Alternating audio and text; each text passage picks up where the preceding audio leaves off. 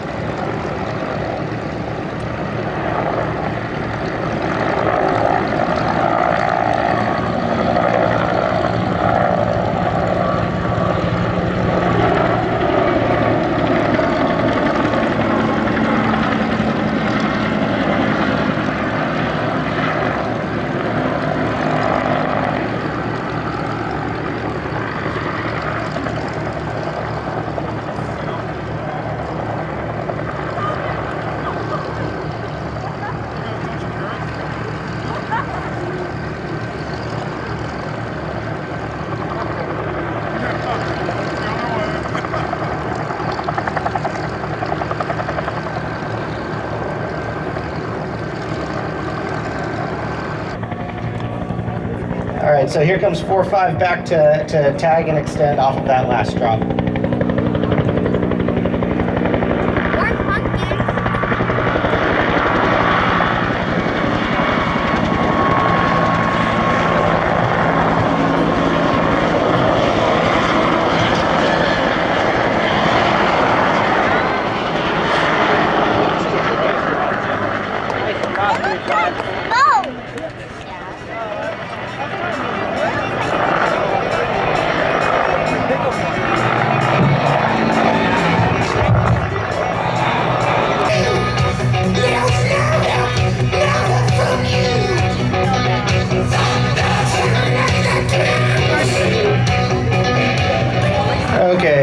345 is coming back for one more drop, and this should be a spot drop.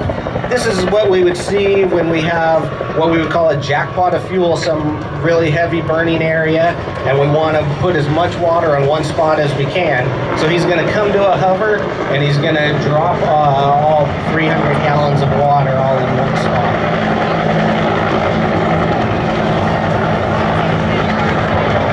And you can see that's pretty effective for delivering a large amount of water at one spot. The question did come to me, what are some of those water sources that we use? Well, if we have that pumpkin or tank established, we can use that. But typically, the most common areas that we'll get water from, we'll get it from lakes or rivers that might be deep enough. There's any number of sources that we could use. Potentially even pools, but we don't see that very often around here. 345's coming back in now. They'll be 45 will be landing. The crew will be securing the snorkel that's hanging down, and then loading the gear back up and heading back out to the hangar.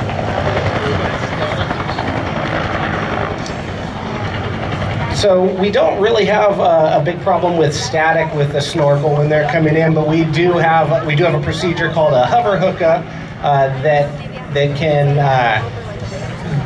that we use when we have to use a bucket on one of these tank helicopters, and so we do look to potentially discharge any static electricity with the long line. Blackhawks, they fly that as a contract helicopter for fighting fire, much like the orange 4640 you have here. Here on the deck. Also, as a side note, the Blackhawk Barricade, the black and white helicopter, looks like we're going to be sending this Blackhawk out to fire contract today. So this is the one called Barricade. We'll have them do a few flybys before they leave. Make sure you get a nice picture of this aircraft, because it won't be back here locally until fire season's over.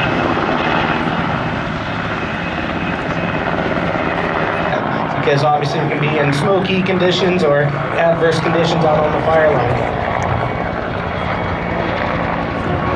Okay, Brian, I'm sold. How do I get to ride in one of those as a DNR firefighter? So our DNR fire crews, a lot of these firefighters on the helicopter crews have been doing it for a while. A lot of them start out on engine crews and hand crews. For DNR and for the Forest Service alike, hiring starts at about age 18.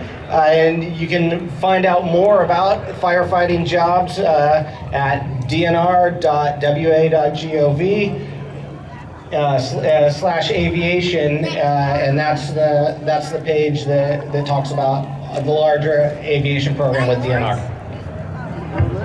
That's amazing. Thank you so much for your explanation of everything. Please give our best to your crews. Here comes a banana pass from that Barricade helicopter. Thanks a lot, Brian. Appreciate you. Thank you, guys.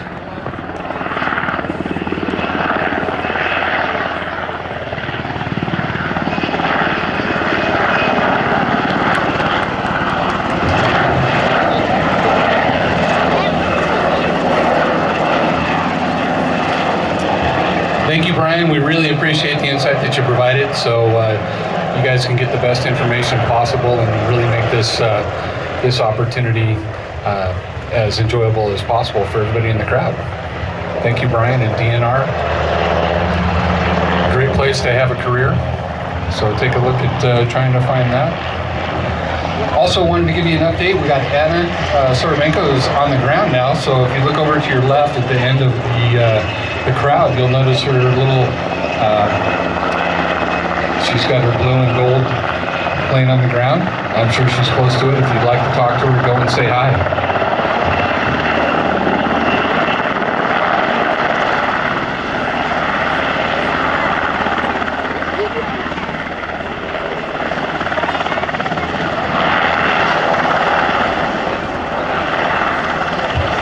So talking to some of the aircraft pilots, lateral as well as rearward flight in these helicopters is easily possible, but it's one of the more difficult skills that these pilots have to master because it is no longer straightforward flight.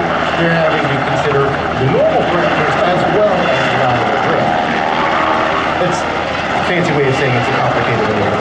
Then there's a big wave from us. To us, everybody wave back. Let the crew know how much we appreciate it.